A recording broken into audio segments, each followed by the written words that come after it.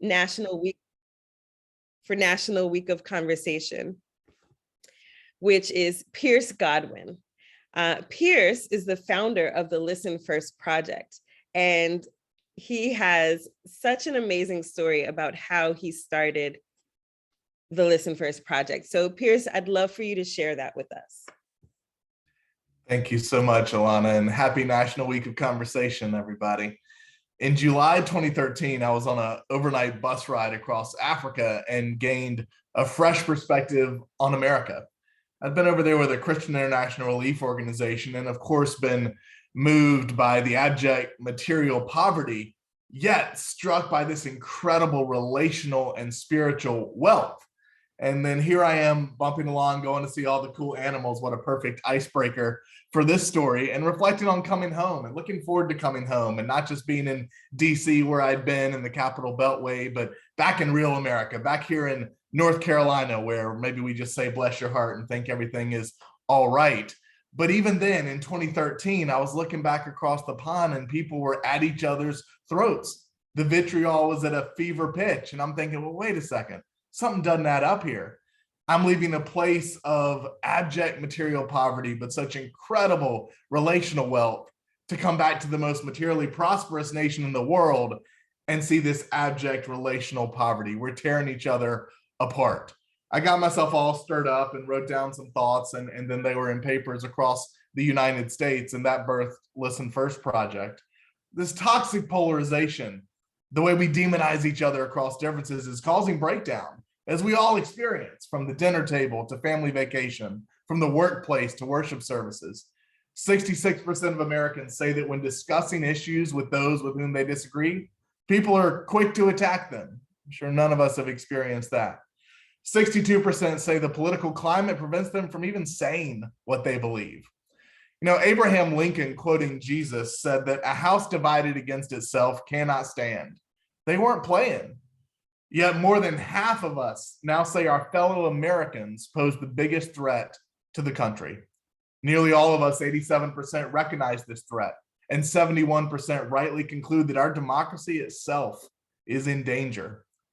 Even more troubling, 61% say they're concerned that the US could be on the verge of another civil war, as 35% of partisans now believe violence could be justified to advance their party's goals. Americans across party lines and demographic groups are recognizing that, quote, division in the country is the most important issue facing them personally, and they rank uniting the country as the most important national priority. So we all have an urgent choice to make. We're going to fight against fellow Americans, or are we going to fight for America?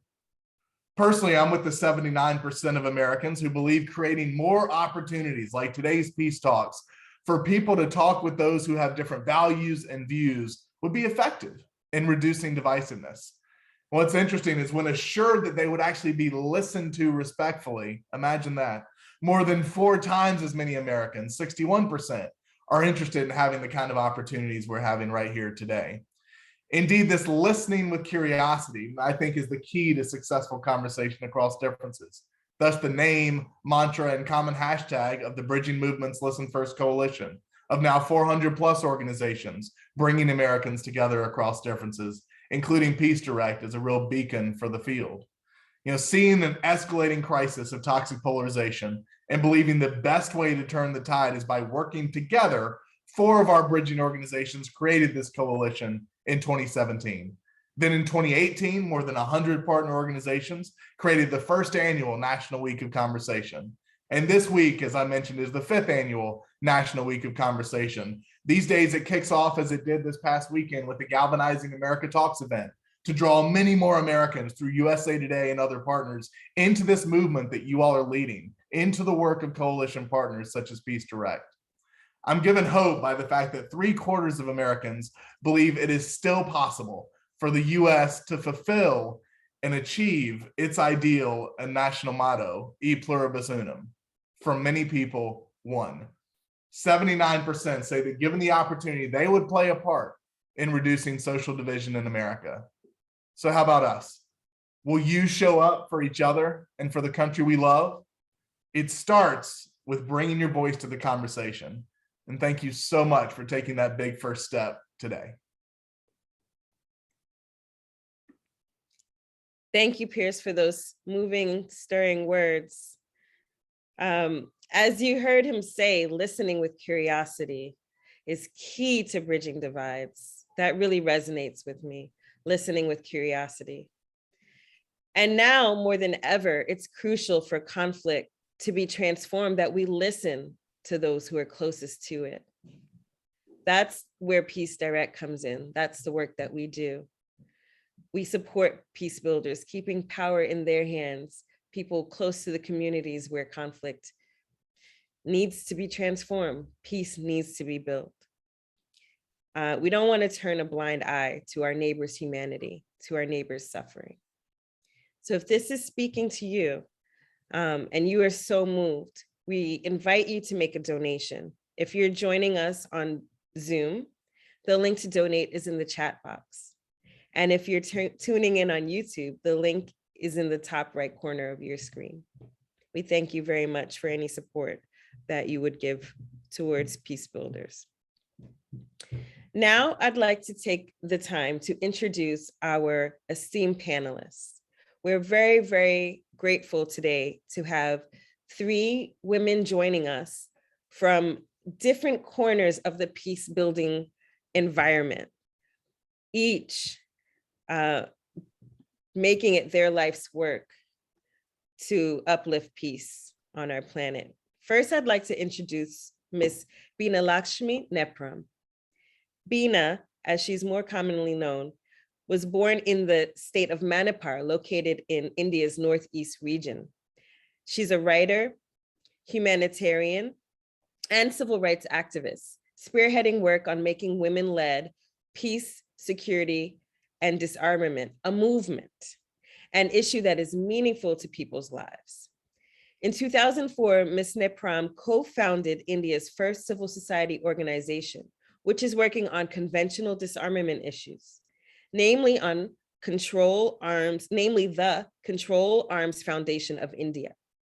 And in 2007, in order to help thousands of women who are affected by gun violence in her home state of Manipur, Ms. Nepram launched the Manipur Women Gun Survivor Network. Bina, welcome to our panel. Now I'd like to introduce Ms. Alexandra Stark. Alex is a senior researcher for the Political Reform Program. She has a PhD from the government department at Georgetown University. She was previously a research fellow at the Middle East Initiative of the Harvard Kennedy School's Balfour Center for Science and International Affairs, and Minerva Jennings Randolph Peace Scholar at the United States Institute of Peace. Stark has written for Foreign Affairs, The Washington Post, War on the Rocks, and other publications. And her academic research has been published in the journals International Security and Security Studies.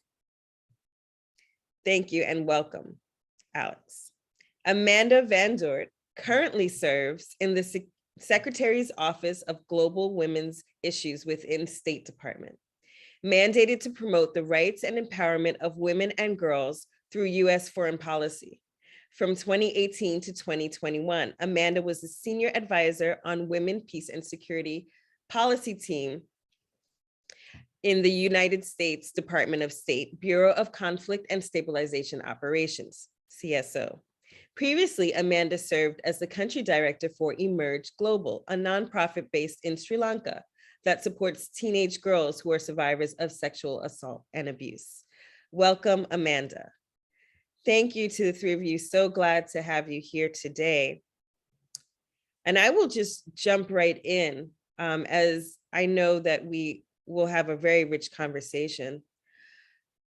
Can you speak a little bit to what led to your work in peace building and also in reimagining the world centered around equality and equity? What led to your work in this area?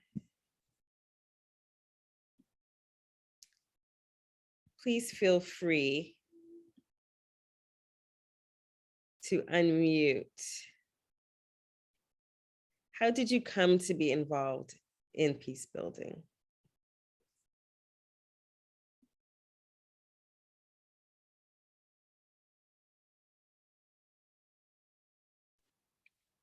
I can start, I guess. I wanted to see if others wanted to. First, just want to say thank you so much to Peace Direct for hosting this important conversation, inviting the US government to participate, and really excited to hear the audience's questions and to have this discussion.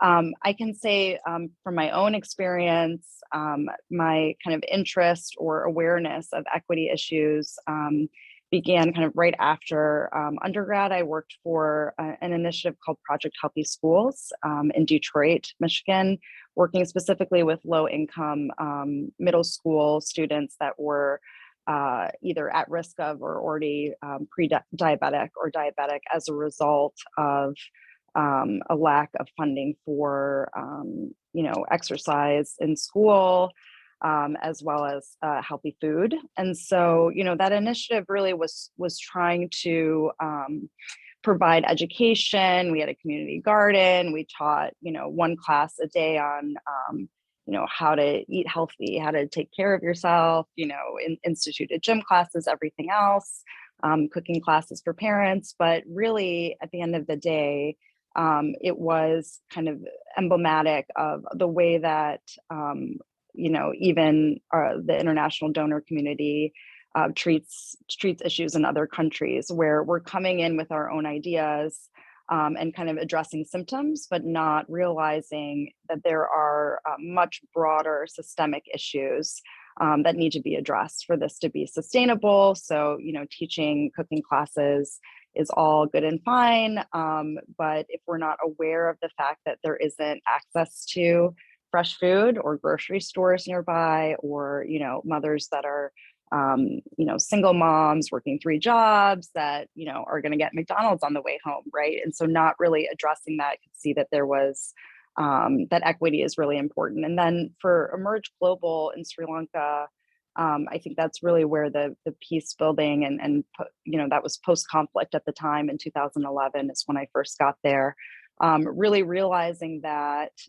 there is a significant societal impact to women and girls not having bodily autonomy, and not really realizing that, something that is so individual as, a teenage girl that has a child as a result of rape or incest, seeing that the implications of that are much, much broader than just that girl or her family or that community. And so that's kind of where my interest kind of and what led me to this type of work. Yeah, I can jump in. My apologies. Really, thank you, Peace Direct, for inviting all of us. And our work for peace building started because for many of us who were born in war and conflict zones, that becomes like a default. So it's the amount of violence one sees at the societal level in Manipur, in northeast of India, which is bordering Burma, where 20,000 have been killed in the last years of this conflict, which is happening in this part of India, which is hidden away from the rest of the world. And the lack of humanitarian support to this part of the world made me set up a network called Manipur Women Gun Survivors Network in the year 2007, which led me to committing my life for peace.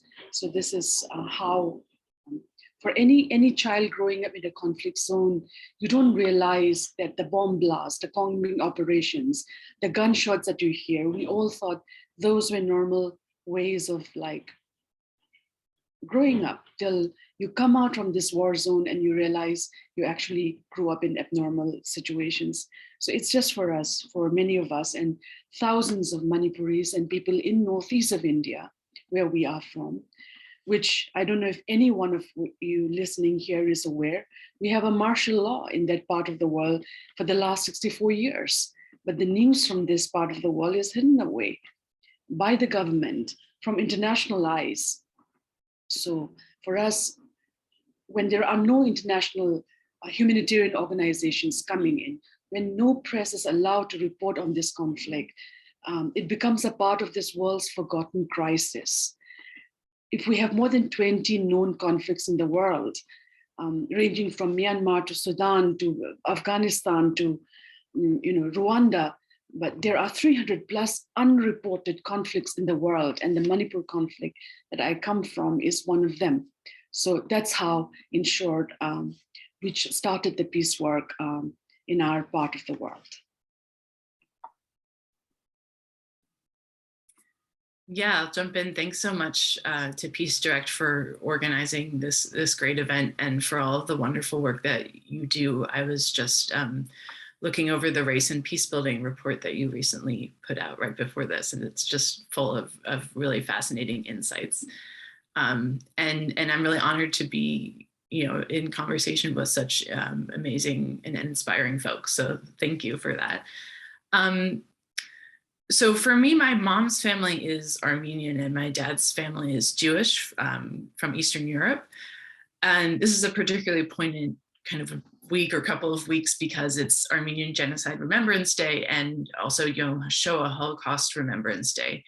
And I grew up hearing stories of how my great-grandparents on both sides of my family came to the US as refugees fleeing violence and persecution and genocide in their home countries. So although I didn't live those experiences firsthand, that part of my identity, those stories in my family, gave me a really keen sense of the devastation that political violence creates for ordinary folks and the importance of preventing such violence. The other piece for me is that I'm a Quaker, so peace has long been kind of a central value for me. And although I research and work on national security issues, I've always tried to see security policy primarily as potentially a tool for peace, or as a tool that can be used against peace when it's in the wrong hands. But spending time in Quaker communities has shown me that peace really is possible. There is another way, and that the kind of national security perspective isn't the only way or even the most realistic way necessarily to look at the world. Thank you for sharing these three very different stories of how you each came to this work and how poignant. It really reminds me that we each have the potential to be peace builders. And we each have the potential to be change makers in our environment. So thank you very much for that. I'd like to ask a question that really gets at the heart of peace building itself. So my question is, why is it important to listen to local peace builders? Of course, we are here at the behest and hosting of Local First National Week of Conversation.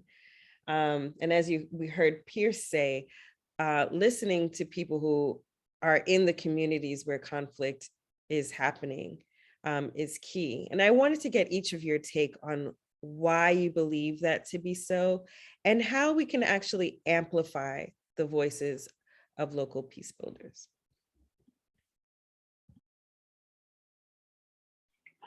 I can take that question, Elana.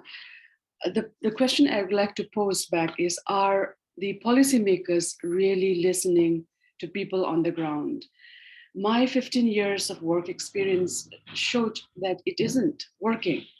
We have, from Manipur, we came to New Delhi, established the Office of the Control Arms Foundation of India.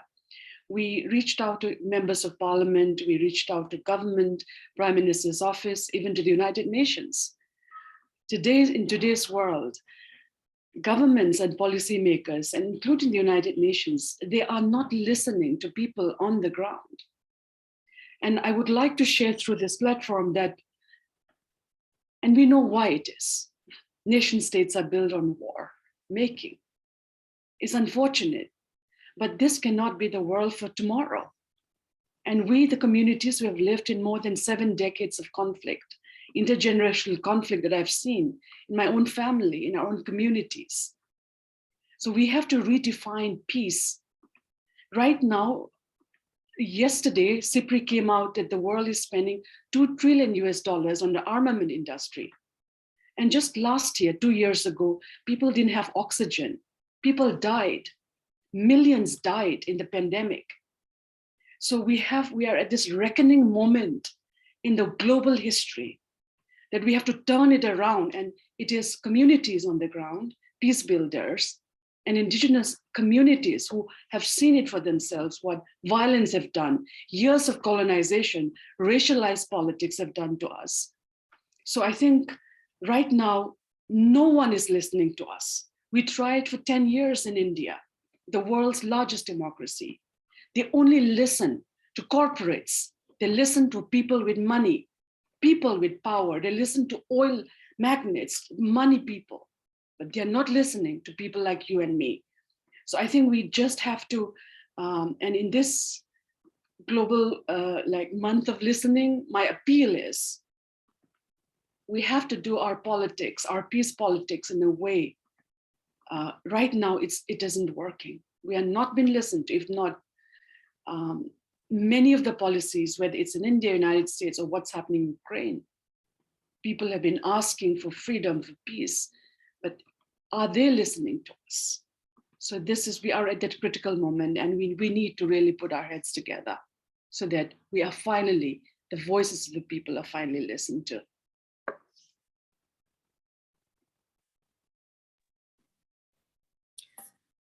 For me, I think about this from a few perspectives. So one is that there's an ethical component, which is that so often in US foreign policy making, especially from this kind of national security perspective, we neglect to ask the people in the countries that we're actually talking about, the communities that we're talking about, what their aspirations are, what they need, what they want to see the United States and the international community do.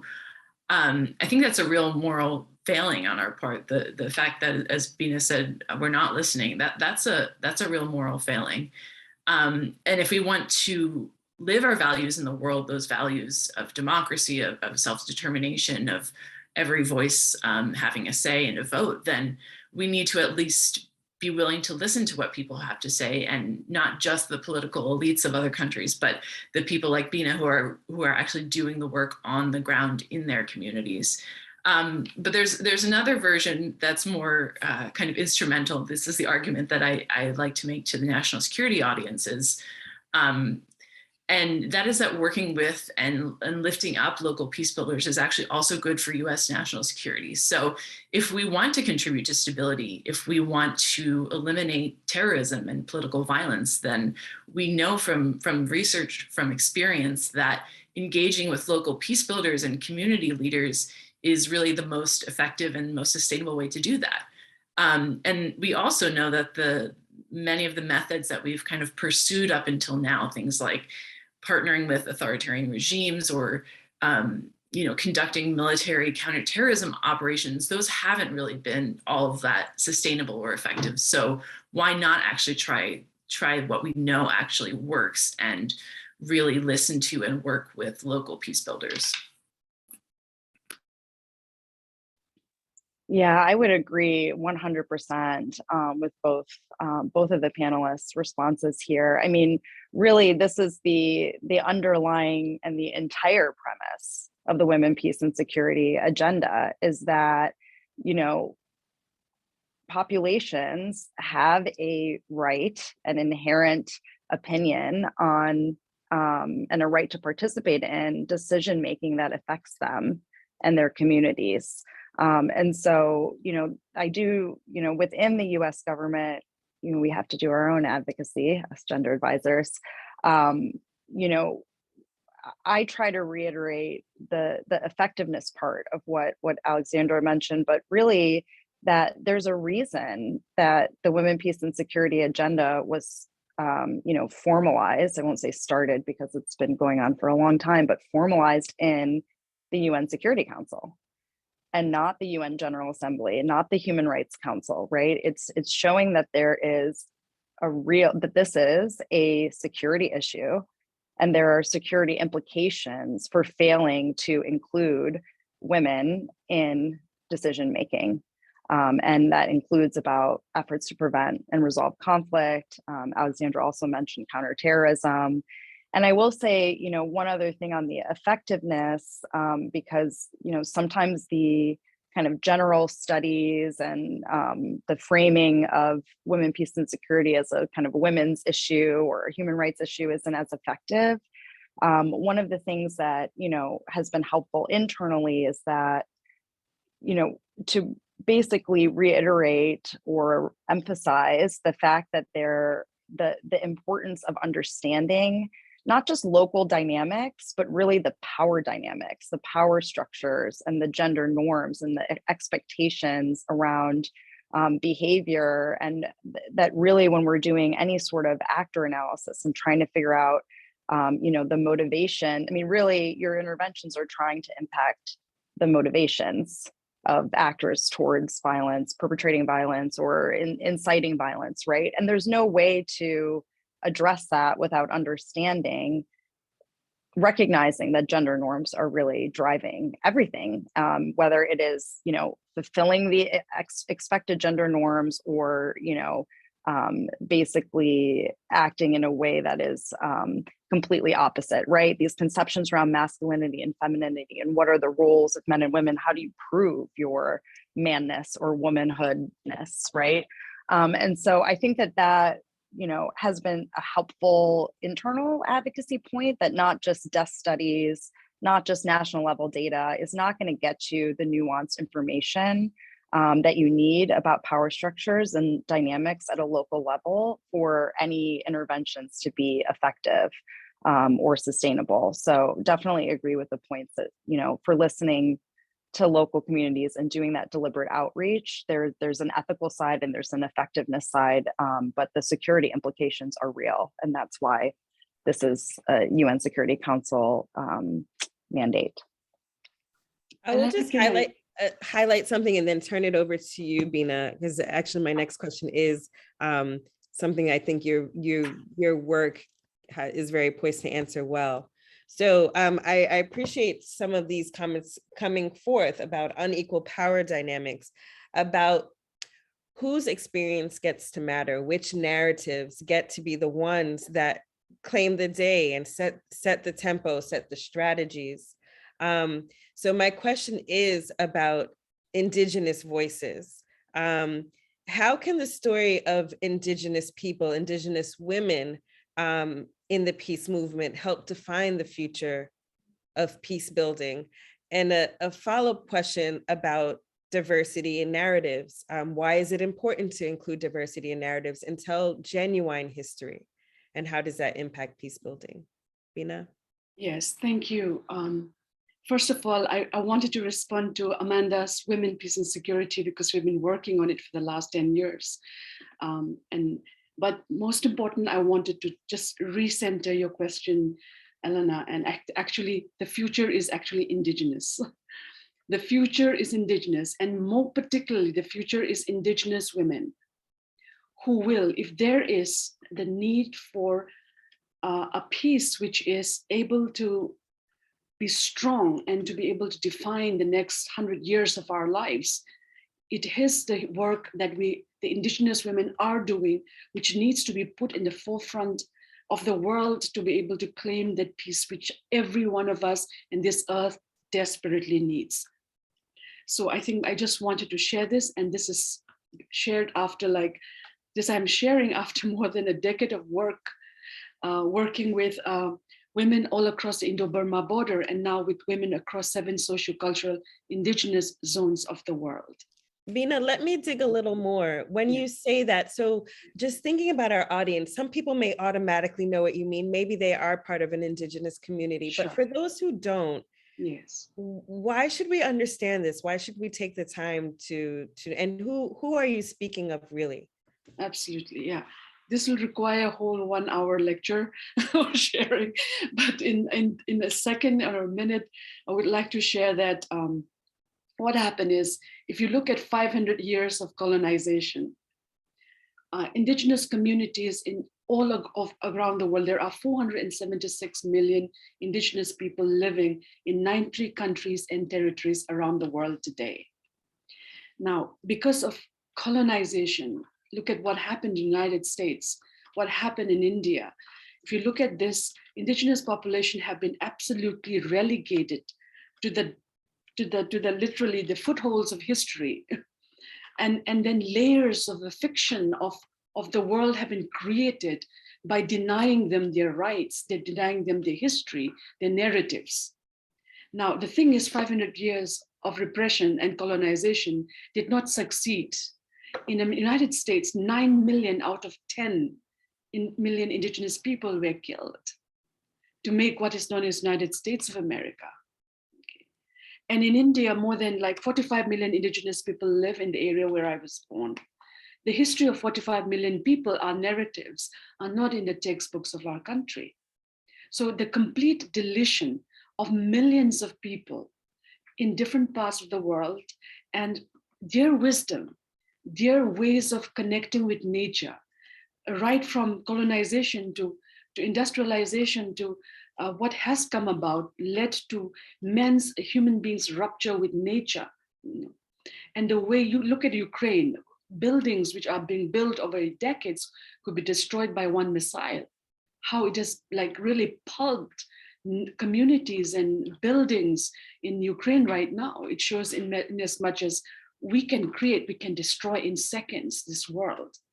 So indigeneity becomes central to today's conversation to decolonize the world that we live in, which has been built on repression and on greed and on a kind of subduing of millions of people. And that's why indigeneity is coming back to the front, not because we want to harp back to the past, but the knowledge, the culture, the ways of coexistence, the kind of foreign policy done during indigenous.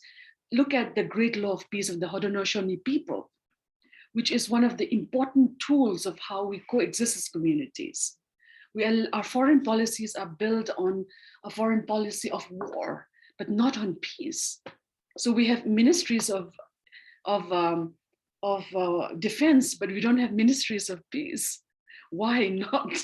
So I think, as I mentioned, when I talk about indigeneity, as I mentioned, it's not about harping back to a past, but I'm now researching indigenous constitution, indigenous ways of world making, which includes not just about culture, but it's also about how do you conduct foreign affairs with another country, another region, another community, so that we don't hurt each other or invade one another.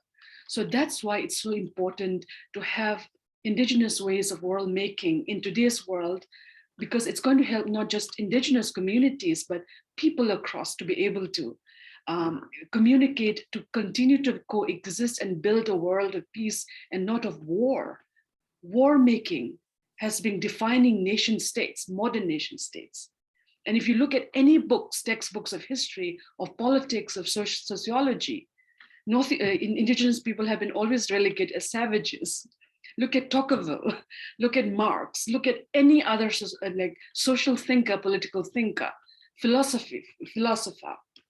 So like millions of people's history and narratives, in particular indigenous communities, have been subsumed by colonial world making, which we are trying to say, if we want to bring about peace, then we have to look at how, for example, humans and nature and communities, we can develop together.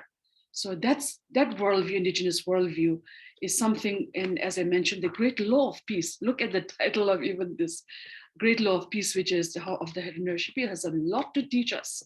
When I learned about it, I was absolutely like astounded by the wisdom of what was written millions, like literally centuries ago, which no one, when I was in India, I never learned about it.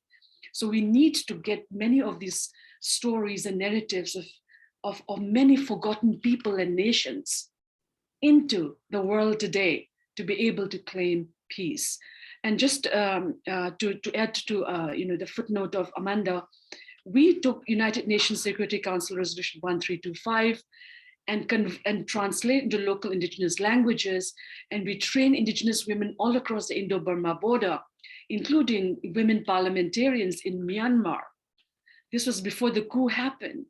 And we were really trying hard to ensure how can we get women into decision-making, socio-economic and political, because our democracies are democracies where 50% of our population are excluded.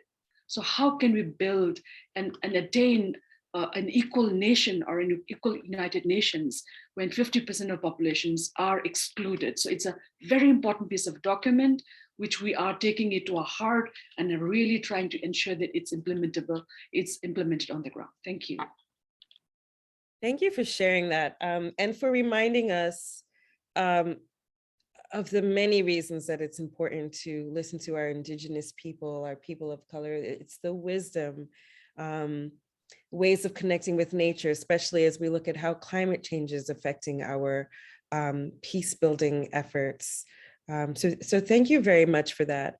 I'd now like to turn us towards a question that gets at the heart of what are the blockages and systemic barriers on the policy level that keep these narratives from penetrating, that keep us from not centering diversity and local peace builders, community leaders, the way we can. If you would speak to that.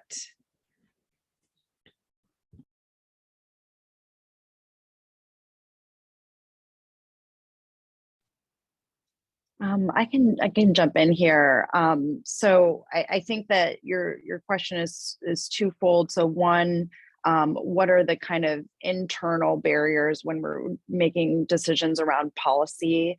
But then secondly, for the barriers to doing this locally informed work, is that correct? Both sides? Yeah, I'd say, on the US government side, and I'll just speak, not on behalf of the US government, my personal opinion, I think that the biggest issue and threat to this field and policymaking is the extreme shifts.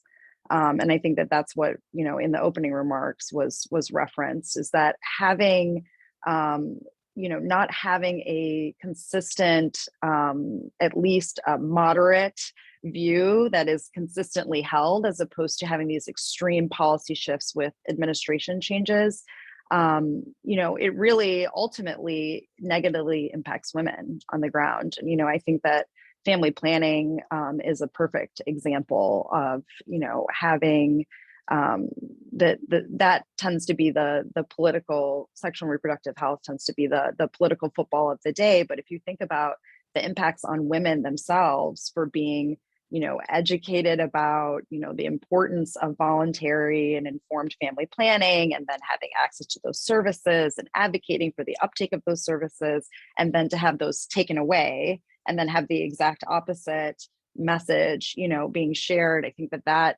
I think that inconsistency undermines the credibility, right, of the international community, and and also for the United Nations as well. When we're not putting words on paper into action, if we're not demonstrating and leading by example, it's very difficult. And you can I think it's a very fair assessment from women peace builders. The Yemeni women peace builders that came to DC raised this as well. They said that the US negotiating teams were majority white men, and that's who we were sending as representatives, right? And then for the UN, to constant every Security Council resolution, even that's tangentially related to security, not to a conflict situation, is including WPS language and 1325 language. But then in practice, if the UN is, the kind of main player in the Yemeni peace process, or the main player that's convening and isn't deliberately including women, then what does that say for, our actual commitment to this issue and our expectation that partner nations and governments, also fulfill this? So I think internally, I think it's the policy shifts and not having, just a moderate, at least as the base, that then, we can make incremental changes from there, just having that moderate, consistent stance, and just like an accepted across the board approach to gender equality, and that includes women, peace, and security. And then when it comes to like the challenge for, at least for the US government in the field, I think that the implications of what happened in Libya are still very, very much felt with the embassy. And so there is a risk averse posture that the department has with our personnel, right, going beyond the embassy walls, and which also it's a catch-22 because of what happened there in Libya, and wanting to protect the diplomats, but then also being closed off if you're in the country. Like, those are our eyes and ears on the ground, right? And so it's very problematic because the countries that we need to be out there the most in are unstable and insecure, and there are security issues, but not having the ability to have our US government eyes and ears on the ground actually travel out to these places, I think is an extreme barrier. But to kind of end on a high note, I do think that under COVID, the use of innovative virtual communication methods and platforms, that's something that we can take those lessons learned and those best practices and use that in the absence of being able to travel. I think from the perspective of kind of the national security community and folks who research and work on national security, one of the main issues is actually that we haven't even really begun to acknowledge yet that it's not just about what Americans want or American security interests that matter. So often, in the national security policymaking space, we don't really, as we've been saying, think about or acknowledge the fact that people who live in the countries that we're talking about, that we're making policy about, have their own perspectives, but also they have their own knowledge and expertise on the situation.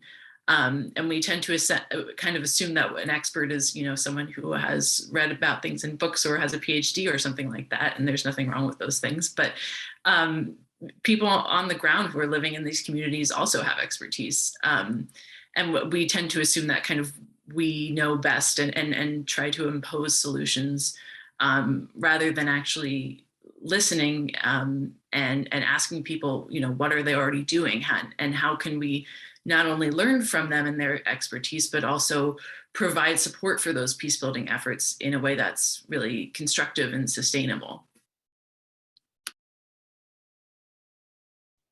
Thank you. Bina, did you want to add anything? Yes, thank you. In fact, Alex, you mentioned the word national security many times, and we in India try to understand the word national security. And for us, this is how we have understood. If a woman in the streets of Delhi or India are raped every 22 minutes, that we, the women and people of other gender, are not able to walk in the streets at night after 9 o'clock, and we are attacked, assaulted, and violated because of the fact that we are out after 8 o'clock or 9 o'clock at night, then what is national security when a government is not able to protect our streets, our public spaces, our homes so for us, we really wanted to go to court to define what is national security. I mean, national security should not be only defined on the perceived threat from China or Pakistan for India, for instance.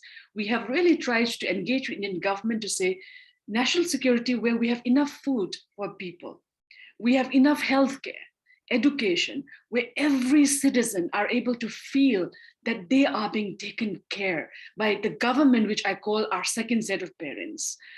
So when that is not done, then what happens to communities, Black, brown, minority communities, whose narrative is not in the political narrative of the making of a country, whether it's India, United States, or any other country. So that's one thing I really wanted to share in terms of we on the ground are trying to understand and engage our government in defining. And regarding foreign policy, I know Sweden government did what is called feminist foreign policy, and I know there are challenges within the world of feminism, but I also am aware and how important, if you look at the foreign policy, We need to make it people-centric. And I think the feminist foreign policy looks into it. And I think right now, United States, my appeal, and many audience who are here, is United States is the world's largest spender of military arms, like defense spender in the world. And we have a peace activists, we have a thing called follow the money. Like if you have $100 and put $88 in armament industry, that the rest of $12 is going to spend in our health, our mental health, our physical health, on hospital beds, it's not going to work. So I think nations like United States and my own country, India, which is one of the largest importer of weapons in the world, we have to engage our governments and call upon policymakers in our government to really look into the, bravely and say, is this sustainable for us, our nations, and our planet?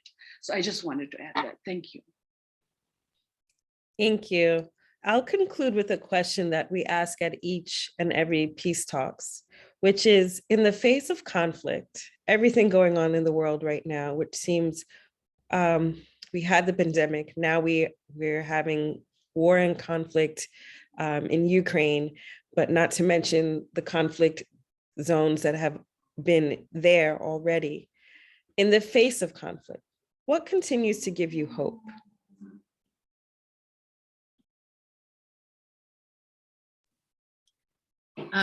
For me, it's really talking to peace builders and folks like Bina and Amanda, learning from their expertise and their experience. That's what gives me hope. I think it's easy to kind of look around the world, and Americans will sometimes do this and just, you see all these different wars and conflict and violence and kind of throw up their hands and say, this is impossible to fix, or violence is inevitable somehow. What can we do about this? But when you go and talk to folks who are working every day for peace and for justice in their own communities, you can start to see the incredible gains that they're able to make and the changes that they're able to make on the ground. So that might not show up in the international news or a think tank report or something like that, but you can see by learning from folks and talking to folks that are making a difference in the lives of people and are really making peace possible. So that's what gives me hope.